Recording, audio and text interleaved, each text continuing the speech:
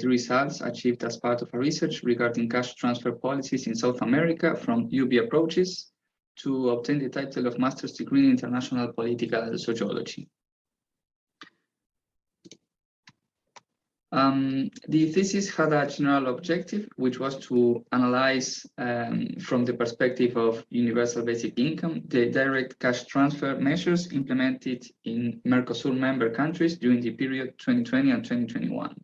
And furthermore, it had three specific objectives. Today, I will focus on the third one to analyze the direct cash transfer measures implemented in relation to the theoretical postulates of IBU. This is what this presentation will be about. To understand the relevance of this issue, in first place, it must be said that in Latin America, and more specifically within the 4 countries that constitute the Southern Common Market, which is MERCOSUR for its Spanish initials, during the last decades has existed an extended social protection structure based on cash transfers. An example of this is the current extension of policies such as Bolsa Familia in Brazil or the Asignación Universal por Hijo in Argentina. These policies have been specifically oriented to reduce poverty and promote social inclusion by guaranteeing a minimum income and basic services access. As a result of the crisis produced by COVID-19, these cash transfer systems were reinforced in terms of population coverage, financial budget, and specific innovations in order to reduce the socioeconomic consequences of the crisis. In order to address the question and objectives of the thesis, an exploratory and descriptive methodological design was carried out to analyze the characteristics of cash transfer measures in terms of the aforementioned elements. For this purpose, a mixed approach based on qualitative and quantitative methods was used. The countries on which the research was conducted were selected on the basis of their full membership to MERCOSUR. This is Argentina, Brazil, Paraguay, and Uruguay. For each country, 3 cash transfers were selected based on the following criteria: conditional cash transfer programs of national scope and whose implementation preceded the pandemic, emergency cash transfers of national scope and which were made on an exceptional basis to the families and individuals, and cash transfers for food consumption of national scope. These criteria have implied the exclusion of other economic transfer measures implemented in some cases for the field of the arts and culture, or for even more specific segments with a higher degree of targeting. The selection has resulted in a total of 12 measures. To determine whether these policies could be understood in terms of UB policies, a characterization of each of these policies was carried out by taking as a point of reference the postulates of UB, considering the 5 basic components that integrated according to Van Parijs and the subsequent definition adopted by the Basic Income Earth Network from the 2016 General Assembly, which are individuality, unconditionality, universality, periodicity, and mode of payment. According to the systematization of UB theories carried out by Bien, the definition of UB is tied to the citizenship status of individuals, who by right of existence, it is considered that they should have access to an endowment of money that presents the following characteristics. First, it is individual, which means that it's provided to each person and not to families. Secondly, it is unconditional, which implies that there is no restriction, requirement, or consideration for accessing or sustaining the benefit over time. Thirdly, it is universal in that it's provided to all people equally and without distinction of class, gender, ethnicity, religion, or personal condition. In fourth place, it is granted periodically in the sense that it is paid monthly or in short and continuous periods of time. And finally, it is stipulated that the payment must be made in cash so as to guarantee access to the money for consumption as individuals see fit. Short disclaimer, I am very well aware that there is a sixth component recently added to this systematization, but it was released after the beginning of the study, so it wasn't considered. Following the methodology proposed in a previous work in which I analyzed cash transfers policies in Argentina, to account for these differences, I established 3 levels of adequacy of cash transfers to the UB systematization. Full adequacy, partial adequacy, and null adequacy. And each level was assigned a value: 0 for those cases where adequacy is null, 0.5 for those cases where adequacy is partial, and 1 for those cases where adequacy is full. Based on the above, for the selected policies of each country, and on the one hand, an analysis was made of the main characteristics in terms of the OB components. And on the other hand, an overall average of adequacy was established for each policy and for each component. Thus, the average level of adequacy for each of the cash transfers is obtained by dividing the sum of the values corresponding to the adequacy level of each component by the 5 components of UB. On the other hand, the average adequacy of the component is calculated as the sum of the values corresponding to each component for all transfers divided by the total transfers of a country. So here we have some of the results obtained after this analysis. Here we can see in first place the results obtained for Argentina, and as we can see for most for the 3 policies, for most components of UB, there's no adequation, and in some cases there's some partial adequation, for example, in terms of individuality. And the one that showed the most adequation was the mode of payment, which is the cash payment, which has shown a full adequation in both Asignación Universal por Hijo and the Ingreso Familiar de Emergencia, and a partial adequation for Tarjeta Alimentar, which was a cash transfer restricted to buying food or other basic elements. The results of cash transfers in Brazil is quite similar. There's most adequacy in terms of the mode of payment, in terms of cash payments in cash, and there's some partial adequation in terms of individuality, and of course the elements of unconditionality and universality are the ones that show no adequation at all, given the aforementioned characteristics of these cash transfers, that is, that they are conditional and restricted for specific segments of the population. When seeing the case of Paraguay, we have very similar characteristics, some partial adequation in terms of individuality, and some partial full adequation in terms of mode of payment in cash, and some adequation in terms of periodicity. We can see that, as in the other 2 cases, there's full adequation in terms of periodicity when analyzing the main cash transfer policy as the Coporá here in the case of Paraguay, but as well as Asignación Universal por Hijo or Bolsa Familia in Brazil, which are cash transfer policies that pre-existed the pandemic, so they are paid on a regular basis. But the other cash transfer policies implemented specifically during the pandemic, they had like a very specific periodicity, maybe as a 1 time or 2 or 3 times for in terms of emergency, let's say, but they were not paid on a regular basis. And finally, in Uruguay, we see, once again, very similar characteristics. There's no adequation at all in terms of unconditionality and universality, some partial adequation or full adequation in terms of mode of payment, this is the cash payment, and some adequation in terms of individuality. Here we have a result that aggregates the 4 countries and the 3 cash transfer policies for each country, and as we can see, when analyzing each cash transfer policy, we have that the ones that got the better result, let's say, adapting to UB theories, are the policies that pre-existed the pandemic, which are Asignación Universal por Hijo, Bolsa Familia, Coporá, and Plan Equidad. Then we have the cash transfer emergency policies implemented specifically during the pandemic, which do not have a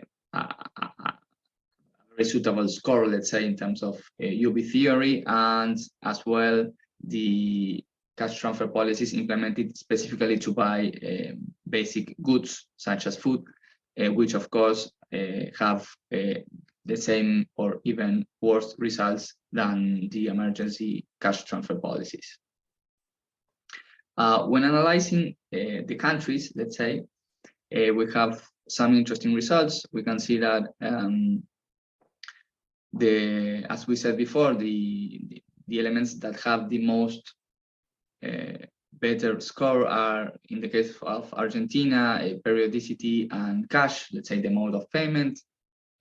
For Brazil, we have a little bit less, a score a little bit under for periodicity, but as well almost 1, it's 0.83 for mode of payment.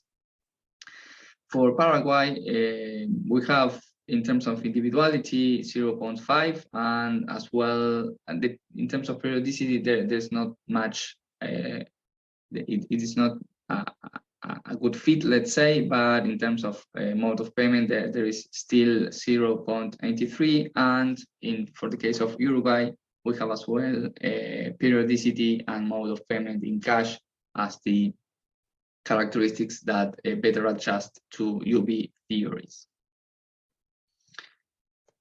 Finally, to end and to comply with time, I would like to share some conclusions of this analysis.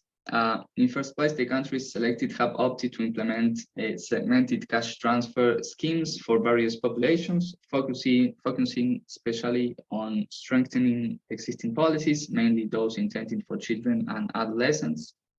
In second place, expanding cash transfers for the consumption of food and basic necessities. And 3, establishing a new type of cash transfer for the population with fewer resources and with informal insertion in the labor market.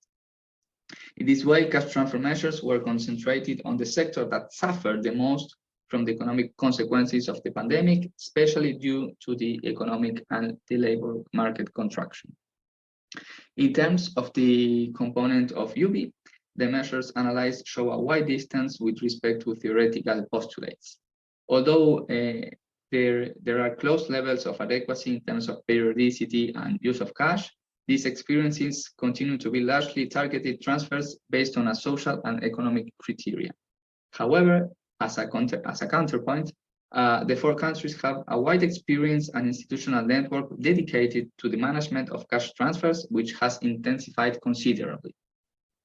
If we add to this an aspect not considered in the research, but central to the problem under study, which is the existence of other direct cash transfer schemes, such as pensions and retirement systems or family allowances systems by direct means or tax reduction, it can be stated that the countries of the bloc do in fact have powerful and extensive cash transfer schemes that could be progressively redefined into broader basic income schemes. Regarding the regional dimension of social policies and social protection, it is evident that there is a dual regional dynamic. The first one, and most obvious, is the one of problems. The pandemic as a global crisis affected the MERCOSUR countries in the same way, leaving the type and degree of response in the hands of the capacities of each state. This point is not new, and there is extensive literature on the subject on which this paper is based. Nevertheless, it is finding that the countries analyzed have implemented such similar measures in periods of crisis when there is a little time to act. Regardless of the homogenization of social protection policies, and particularly of cash transfer measures, it is evident that the type of response implemented has been similar in the 4 countries. Therefore, a final conclusion is the relevance of the regional and global dimension of what could be conceived as a social and environmental governance. Research on climate and social change indicates that these processes of profound transformation are directly linked to current modes of production and consumption, as well as to the ways in which the quality of life resulting from them is distributed. Thus, the call for attention to the governance of the climate crisis is in turn a call for attention to the forms of social and economic organization. One cannot be conceived without the other. It is therefore essential to design and implement mechanisms and instances of global governance that articulate these dimensions in order to provide a satisfactory and comprehensive response.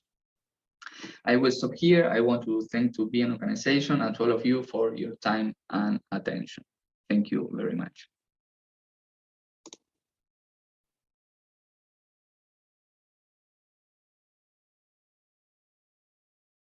Hi, my name is Vinicus. I'm the next presenter. And this research is about a proposal, modeling for a universal basic income scheme for Brazil.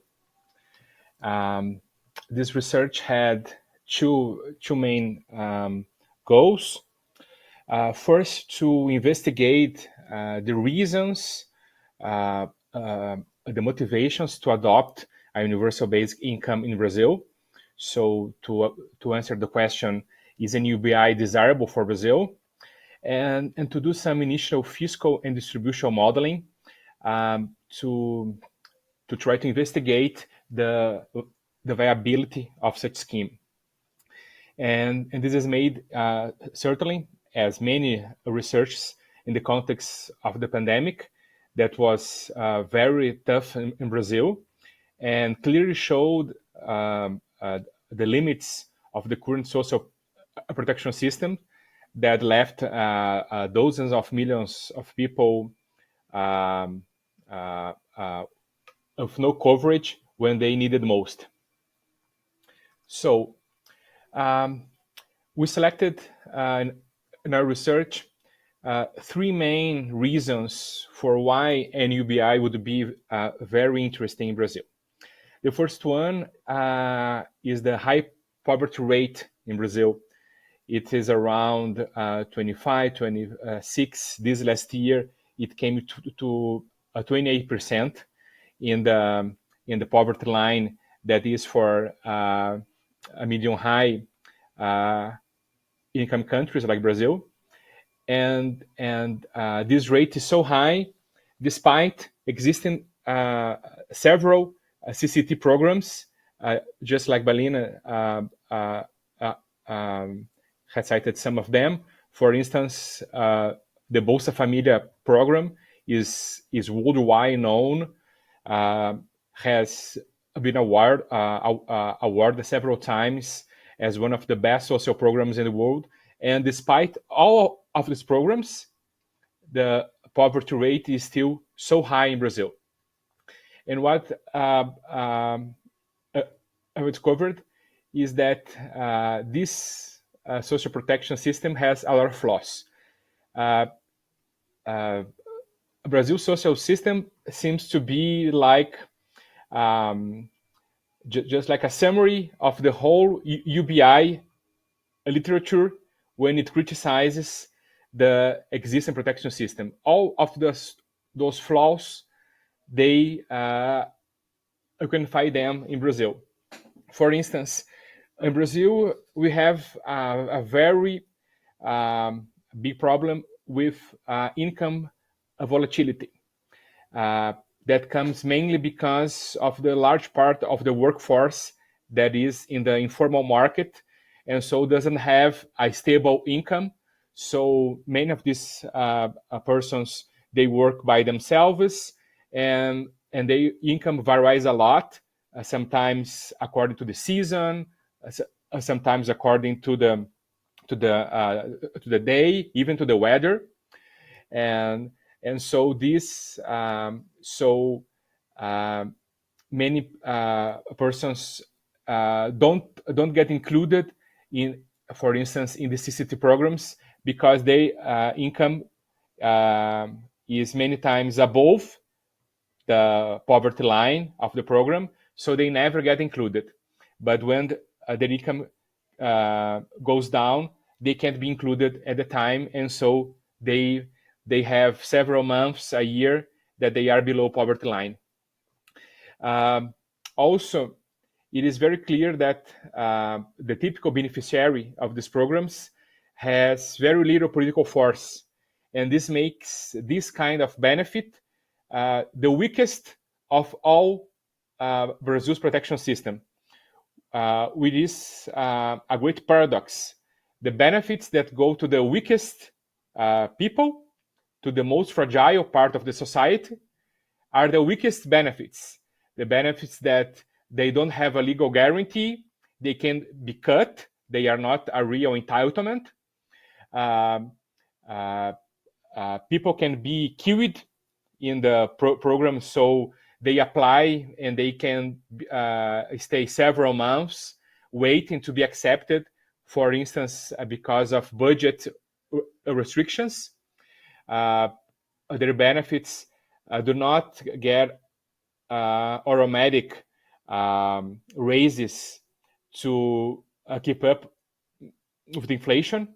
On the contrary of the most of other social benefits in Brazil that are in general linked to inflation or linked to the minimum wage. So they are always, at least their purchase power is maintained. And there is a considerable amount of stigma with these beneficiaries of the CCT programs, in special with the Bolsa Familia Program, that they can be discriminated and see as unwilling to work. To show some pictures, in the poorest 10%, we have a coverage gap of around 20 to 30%. And in the second decile, that is also very poor in Brazil, it is also 50%. So these are people that should be covered by the CCT program, but they don't get covered because of these typical problems. Income volatility, budget restrictions, stigma, and so on. So we have a lot of people that should be allowed to receive some benefits, and they don't get because the benefit is not universal and is really there's a lot of barriers to be effectively achieved. A second reason has to do with inequality. Brazil is one of the most unequal countries in the world. There is an extreme concentration on the top. The richest 10% receive almost 60% of the national income, and the richest 1% receives almost 30% of the income. Are incredible levels of inequality. The poorest half receives only 10% of the national income. And this is not something that is conjunctural, is historic in Brazil, is related to a process, a historical process that is very unfair and is connected to slavery, is connected to the process of the colonization of Brazil that reserved large tracts of land to a very small elite. And this kind of political economic concentration also brings political concentration.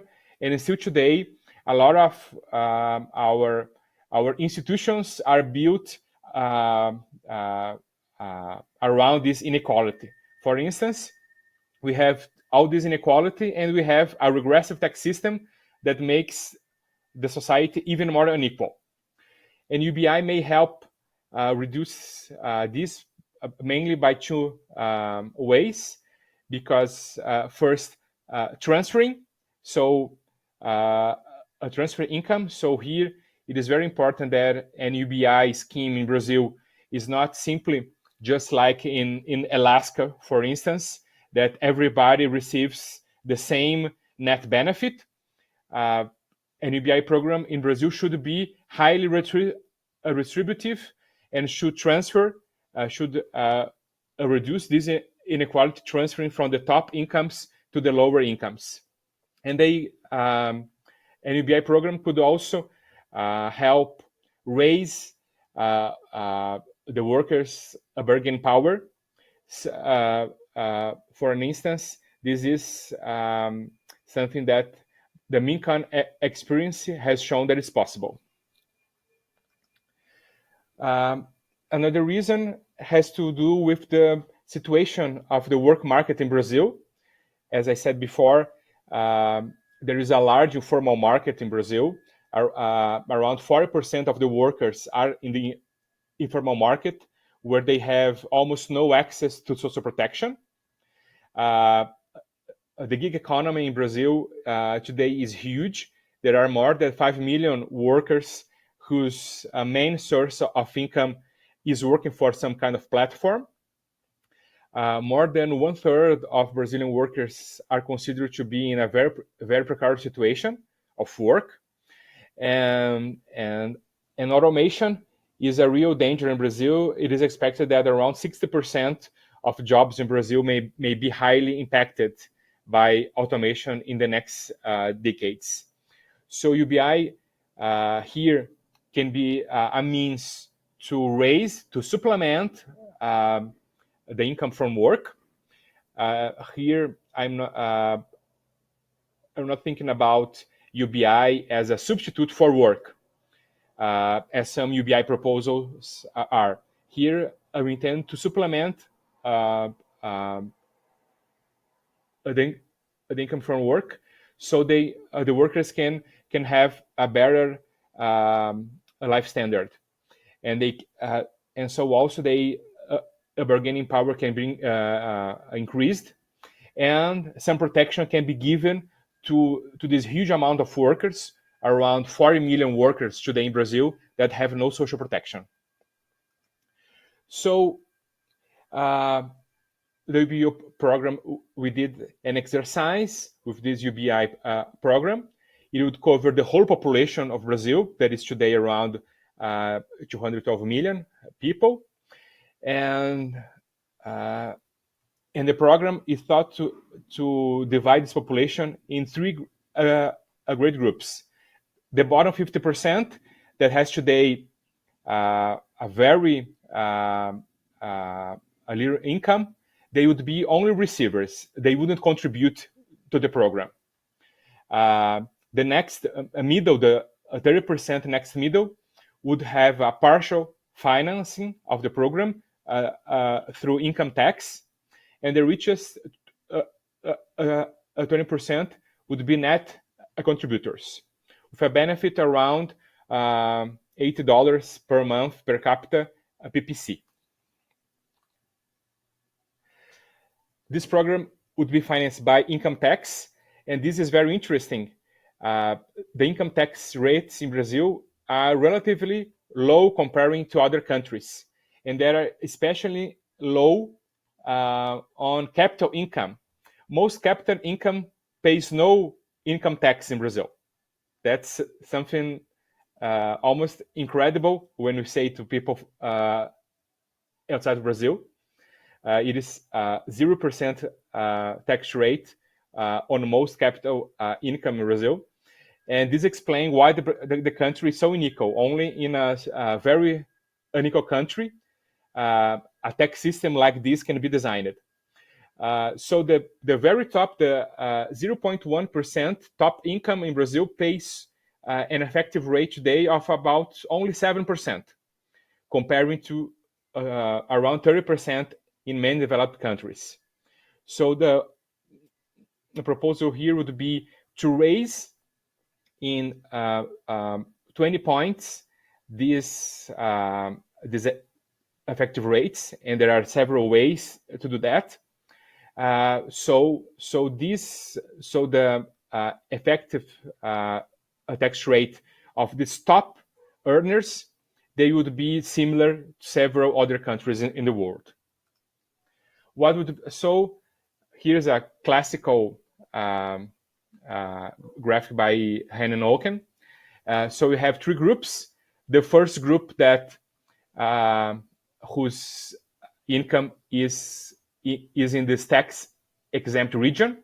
So here first are the poorest 50% of the population. They only receive the benefit. They don't have enough income to pay. So their income is about is in this tax exempt region.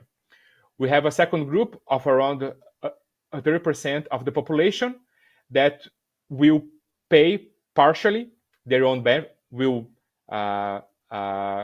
be taxed back their benefit. And so we have here a break-even point in the decile 80. So this break-even is around $825 PPC per month. What would be the effects? This is the variation in income that would be possible with a program designed like this. So it is clearly a descending scheme. The lowest, the first deciles would have a extremely high increase in their household income. The first decile would more than double their income, more than triple their income. The next decile would double their income, and so this until the first 8 deciles, they are winners. They are net winners in this scheme. Only the 2 top deciles are contributors. The decile 9 is contributes has a net contribution of only 3%, and this shows how the income is concentrated in Brazil, because only with a net contribution of 16% of the top decile, 16%, we can finance all this increase in all other deciles. Only taxing 16%, an effective rate of 16%, we can finance all this increase in the other deciles. This would drop poverty rates according to the kind of poverty line to almost zero. So the $1.90 poverty rate that today is 6.4% would go to zero, because the UBI value is above this line. The second line, the $3.20, would also be eliminated, this poverty rate, because this benefit is above this poverty line. And in the third poverty line, that today is around 24%, this will drop to around 7% with this scheme. In this scheme, in inequality, it would mean a net transfer of about 6% of the GDP from the top 20% to the bottom 80%. So this is the amount. Is a number similar to the Iran's program, very similar, and it would increase by 60% the share of the poorest 50% in the national income. It would go from 11% to 19%, and it would shrink the part of the richest percent. It would still be very big. So this is to see how big is this problem of inequality in Brazil, but it will reduce around 12 points this share of the top 10%. And some considerations, fine considerations. This poverty reduce can have several positive economic benefits. It can increase human capital through the reduction of poverty. This distribution can also increase consumption and investment. reducing, transferring this income from the top 20%, or basically from the top 10%, because the second, the decile 9 is almost unaffected. So really, it is almost from the top decile to the bottom 80%. And so I think this showed that the adoption of an UBI in Brazil would be very desirable and seems also to be viable, but has to be carefully planned. It has to be something gradual, so all the other economic effects can be measured and treated to avoid risks. Thank you very much.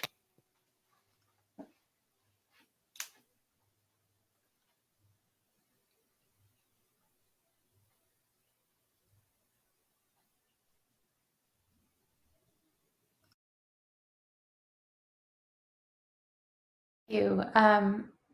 Dr. Silva, I think you're up next.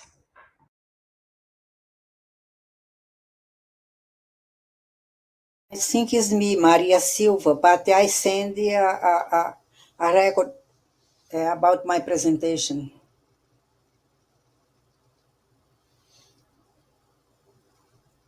Seeing it loaded in the files. I'm not the tech person.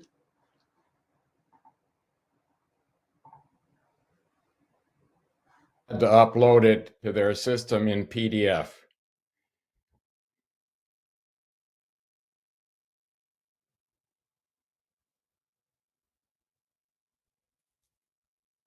Maria, since your recorded presentation is not here, would you like to go ahead and present live? Yes, I can. But I sent and I received the answer that they get it. Can I present, please? Please go for it. So I am going to talk about Bolsa Familia Program and the Auxilio Brasil Program. I will relate this with the basic income. I start to saying that the raise and development of cash transfer program in Brazil started in 1995 in municipal level in Campinas, Santos and Ribeirão Preto in the state of São Paulo, called minimum income. And school stipend Bolsa Escola in Brasília, Federal District, followed by a state program that reached up to 45 municipal and 11 state programs. They are seen as a protection social policy that give a people or families a monetary benefits. In 1996, it was created the Child Labor Eradication Program to get children and young people out of early labor. Continuous cash benefits was created too for the elder and disabled persons who were not able to work and live in families with a monthly per capita income up to 1/4 of minimum wage. In 2001, we already had a social protection network composed by focalized income transfer program for poor and extremely poor families, most of them with conditionalities. In 2003, it was created the Bolsa Familia, a broad program implemented in all Brazilian municipalities, reaching almost 15 million families. It was the largest focalized cash transfer program with conditionality for Latin America.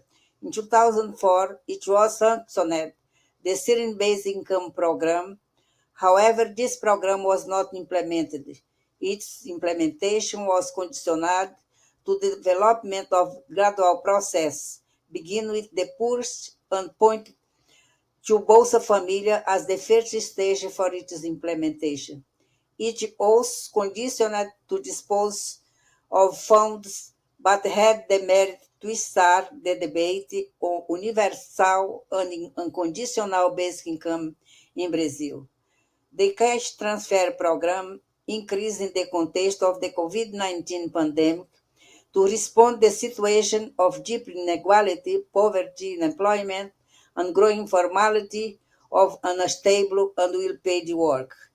The President Bolsonaro, with mandate from 2019-2022, was pressured by movement of several civil society, economists, social scientists, and people affected by poverty and unemployment, and in April 7, 2020, create a cash transfer program called Emergency Aid. And in November 2022, the Bolsa Familia was replaced by Auxilio Brasil in the context of the COVID-19, when you have a socioeconomic, political, and institutional reality marked by the advance of conservatism, of disconstruction of social rights, and dismantling of social security. This conjuncture creates a space for protagonism of focalized cash transfer program as a policy to interrupt the economic slowdown and the advance of unemployment and poverty. So the country had to extend the extraordinary and emergency measure of social protection. It has been created a great number of cash transfer programs in many municipalities and states. These are emergency programs directed at meeting many different situations. They are punctual programs, often dated and created by different state sectors without connection to agencies responsible for social protection in their respective localities. As a consequence, they contribute to the fragmentation and inconsistency of the Brazilian social protection system that had been in the process of becoming consolidated and expanding the field of social rights since the Federal Constitution of 1988. This reality favored maintaining a massive but focalized cash transfer program and the substitution of Bolsa Familia by Auxilio Brasil. This means to replace security by insecurity, and also create a great distance to implement a universal basic income in Brazil. The Bolsa Familia was implemented decentralized throughout of 5,570 Brazilian municipalities, being implemented from 2003 to November 2021. It was the largest focalized cash transfer program with conditionality on the implementation in Brazil and Latin America. Its central purpose was to combat poverty and inequality, structured by 3X cash transfer to complement income aimed to provide immediate relief of poverty, conditionalities, access to right in health and education, and articulation with other programs and actions in order to stimulate the development of families. The conditionality was in education and health. Because of its large coverage, the Bolsa Familia was influential during the electoral campaign for the presidency of Brazil, because of its contribution to render economies more dynamic, especially in small municipalities, which are most of the municipalities in Brazil. Besides their functionality to mitigate poverty and extreme poverty and to legitimate government. Jair Bolsonaro mantém a moralizing speech referring to the need to clean up the social program aimed to the poor. He radicalized the conservative concept of focalization, using a discourse of criminalization, individualization, and make the poor responsible for their situation and for overcome poverty. At the same time, he developed a broad process of review and control of beneficiary families and displaced the Bolsa Familia from the Ministry of Citizenship to the agencies responsible for the economy. In this dynamic, he adopted restrictive measures and budget reduction, and gave the Minister of the Economy the task of creating a broad program to replace the Bolsa Familia that finally was called Auxilio Brasil, created in November 2021. It was a largest population family in a situation of extreme poverty, with a per capita monthly family income up to $22, and families in a situation of poverty with a per capita monthly family income from $21 to $43. The Auxílio Brasil mantém three basic monetary benefits paid mensually: early childhood benefits for families with children aged 0 to under 36 months, family composition benefits for families that include in their composition pregnant women or people aged between 3 and under 21 years, and benefits to overcome extreme poverty for families who are below of the extreme poverty line. Beside the three basic benefits, the Auxílio Brasil provides 5 other benefits: junior scientific initiation scholarship, school sport assistance, rural production inclusion, urban production inclusion, and transition compensation the benefits. The value of the benefits until 2022 was about $78. This value was updated from August to December 2022 for about 116. This was the electoral period and Bolsonaro ran for re-election. In addition to the diversity of the benefits with different values, the beneficiary family to remain in the program must meet the condition of monthly assessment of the situation of the family in order to remain in the program or to be removed. This shows the insecurity generated among the beneficiaries.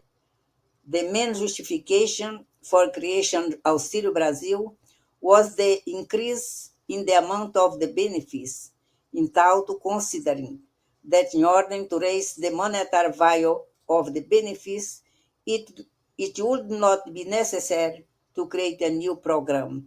And the Bolsa Familia monetary value was the benefits was not updated during the 3 years of the Bolsonaro administration, and the promised 13 benefits was only paid in 2019, and the main problem of the Bolsa Familia was not solved: readoption of rule that would guarantee the periodical update of the benefits. Finally, I can say that the Auxílio Brasil has the following characteristics: centralization of the program responsibility in the executive, replacement of the humanized relationship between professional and target population by electronic device, neglecting the reality that the target public has limited access to the internet and computers. Consequently, Auxílio Brasil acts to hold back the advance of social policy in Brazil, insofar as it reinforces the logic of performance, in considering that poverty is overcome by individual efforts, minimize the obligation of the state regarding establishing daycare center, encouraging daycare center in the private sector, stimulate the insertion of youth and adults into the work market, receiving bonuses and entitled social protection. The Auxílio Brasil dips the use of a conservative and controlling focalization in the field of social policies.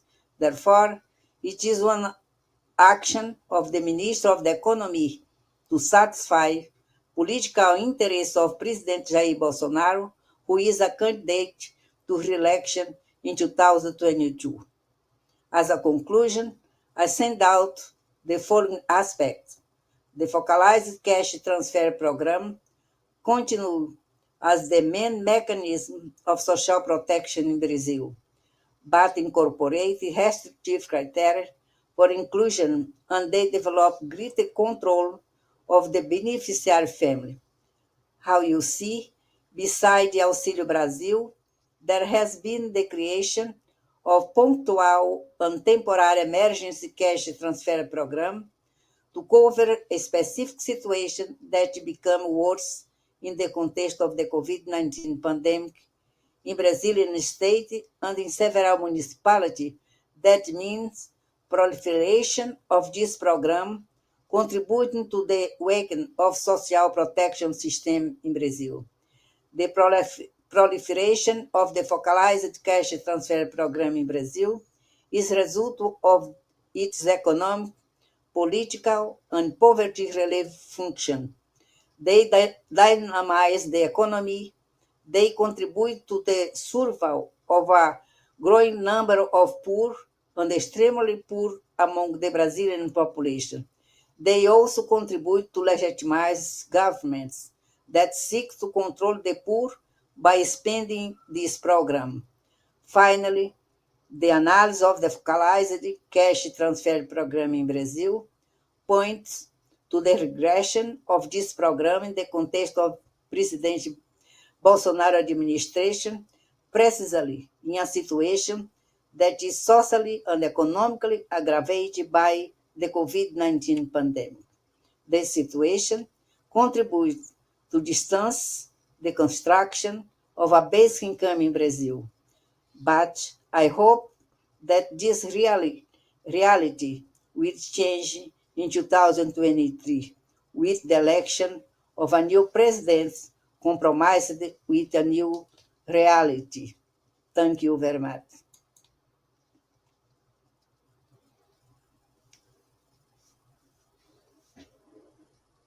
Hi, thank you so much, Dr. Silva. I think that I am next. I think Peter's still struggling to be seated, so I'll go ahead and jump over to mine. I am presenting on the Hudson UP New York pilot in Hudson, New York. These are the findings from the first year of the pilot. I'm actually wrapping up the second year now. We've had the pilot launched in fall of 2020 with 25 participants, expanded to an additional 50 participants in fall of 2021, and is about to expand to an additional 53 participants this fall. But as I said, right now I'm in the middle of analyzing data for year 2. So we will tonight just talk about findings from the first year. As a little bit of background, the Hudson UP pilot isn't, I covered most of this. So of the 25 folks in the first cohort, 15 agreed to participate in the research. I have a mixed methods phenomenological design. I conducted wave 1 interviews in early 2021 by phone due to COVID. And then I have since then traveled to New York and collected face-to-face interviews. The Hudson UP pilot participants are incredibly diverse. We have, a large number of Caucasian, a large number of African American participants. We have. That Gen User 1. Hi, Peter. I see you. And we have a wide range of educational backgrounds. Hudson, New York, if anyone's not, I'm sure many of you are not familiar, it has a large artist community. So there's a lot of folks who are sort of escaping New York City because it's becoming too expensive for artists. We have and a lot of folks with lower incomes. We had really low average liquid assets, about $1,800 in savings for these folks at Wave 1. So I'm mostly going to talk about qualitative findings and weave in some of our quantitative findings. So some of the overwhelming qualitative findings from this first year was that many participants used the Hudson UP funds for bills, essentials, really using it to find greater financial stability and security. So saying things like, I just take the money from Hudson Up and pay my bills, and it comes right out to about $500. So I leave that in my bank and pay my bills. Hudson Up has really affected me in a positive way. It's like I just forget about it there. Forget it's there, and it takes care of my bills. It's aiding me in providing for my son, assisting with paying my rent. And also, a lot of people talked about, especially in the context of the COVID pandemic, that it had created sort of a safety net in uncertain times. So one person said, more than anything, just knowing that I have a little cushion, a little safety net, should other things not come through. Another person said, I felt safe this whole time during the pandemic, safe and healthy, and scared for everyone else, but not for myself.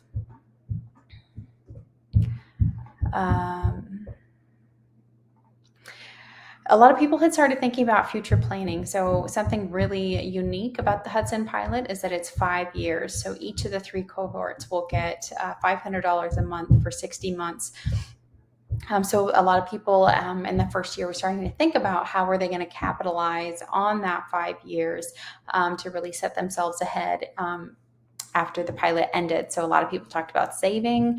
One person said, my goal is to become debt-free, save for the house, make smart choices. I'm trying not to touch it because I really want to set myself aside for the future. I don't want to burn through it all. A lot of people were thinking about higher ed and small business development. One person said, I want to get my associates. One person said, when my children are in school during the day, I want to work and go to school at night. One person, because Hudson is becoming sort of a tourist destination, a lot of people coming upstate from New York City. One person was talking about turning part of their home into an Airbnb. Another person started a small campground business. We also talked about employment. So at wave 1, just a couple months after the pilot began, there was about 29% of folks who were working either full-time or part-time. By wave 2, that number had increased to 63%. I do want to make the big caveat that, at the first wave, we were deep in the middle of the beginnings of the pandemic. By summer of 2021, things had really started to lighten up. Businesses were starting to reopen. So I can't attribute this all to Hudson Up, but I think a lot of people talked about how Hudson Up had removed some barriers to employment for them, whether it was getting a more reliable vehicle or feeling like they could wait for a more secure job that would be better in the long run for them. And the people who were not working for reasons other than retirement or disability also went down from 50 to 34%. This chart is really small. I don't know if you can see it, but basically we use the short form 36, which captures a whole lot of physical and emotional well-being scales. In general, folks improved on every single one of these scales except for energy and fatigue, which stayed the same, but it's pretty incredible that the average response to these all of these health scales improved in the first year of the pilot. The next thing we asked about was psychological distress. We're using the Kessler-10 scale, and this looks at psychological distress that went down on average for participants in the first year. And then in the qualitative interviews, this came up a lot too. A lot of people talked about Hudson Up decreasing their stress and improving their physical health because what this one person said, I'm just not as stressed out anymore. People talked about, really interestingly, improvements in their sleeping, eating, drinking, and exercise patterns. So one person said, my health has been good. I've been doing more exercise. I've had more time to exercise. I think that really helps. One person said, my sleep hygiene is amazing. My mental health has been amazing. My ability to eat regular, and I drink less. Several people specifically mentioned that they have been drinking less alcohol, eating more healthily, and that their reduced financial strain took them out of, using those stress mechanisms. And there's a lot of research in the scarcity research that when people are under stress, they make less optimal decisions. So I think that there's a strong connection there. A lot of people talked about improved relationships with their family. So, for example, one person said, I contribute for my parents when they need it. I help out my adult children because life happens and they need something. Before now, I would have been embarrassed to be asking for assistance constantly from my family. So now I'm in the position to not be asking, and I can help them out. One person said that she was able to afford a plane ticket to go caretake for her mom for a month in another state. Some people talk about improved relationships with their friends. So one person said, I can buy my friends little treats, which is really nice. And then one person interestingly said, I would say that I've been able to help my friends more when they need it. I'm not trying to be so precious. I might as well cultivate this relationship. And then other people talked about improved relationships with their community. So volunteering more, reading to children at their local library and that bringing them so much joy that they had the freedom to do those things now. A huge theme that came out of the qualitative interviews was agency. There's a lot of background research that I've done that our traditional safety net programs strip people of agency, and that one of the strongest arguments for UBI is that it gives people that agency that they already deserve. So a lot of people talked about, for example, having more confidence setting boundaries around their well-being and their work-life balance. So one person said, I'm trying not to overwork myself. I moved next door from a crowded housing situation with extended families. One person said, I don't want to go back to fast food or retail. I want to work towards my RN. One person quit a job that was too far away from their home to get one closer. Because the commute was extremely long. One person was saying, as the pandemic was closing, I still want to go back to bartending, but not at a dive bar. I want to bartend at a restaurant, safer hours, safer environment. And a lot of people talked about, a lot of the single mothers in the pilot talked about how it gave them the agency to provide for their children as a single mother. So someone said, I actually have stability, something to look forward to, that I can take care of my kids. Hudson UP has affected my financial situation in a beneficial way. I was able to get better vehicle to transport my kids back and forth to appointments in Albany. Another person said, it's affected my family because my kids don't see me stressing as much as trying to continue to keep food in the house or snacks in the cabinet. I'm not stressed out about bills. And I can do little fun things with my kids.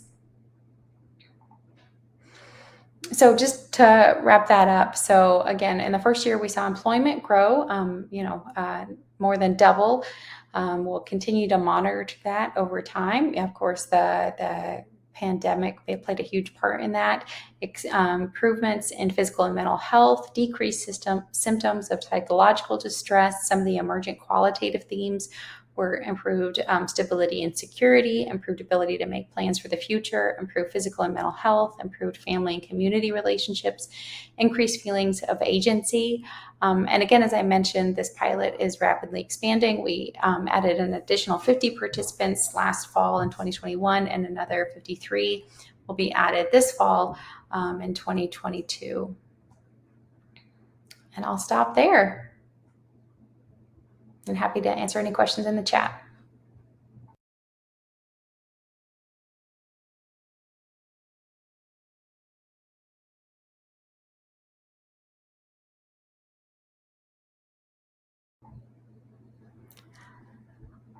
Also, I'm not sure if Peter can jump in to wrap us up. Peter, do you want to do that, or do you want me to? It's better that you do it, Leah, because for part of the presentation. So Okay. Computer is still running on a low bandwidth that we have on this island. Okay. All right. I don't see any questions in the chat. You're always free to email any of the presenters. I'm sure they'd be happy to hear from you. Thank you, everyone, for coming. And I hope you enjoy the rest of your conference. See you at Congress tomorrow. Bye-bye.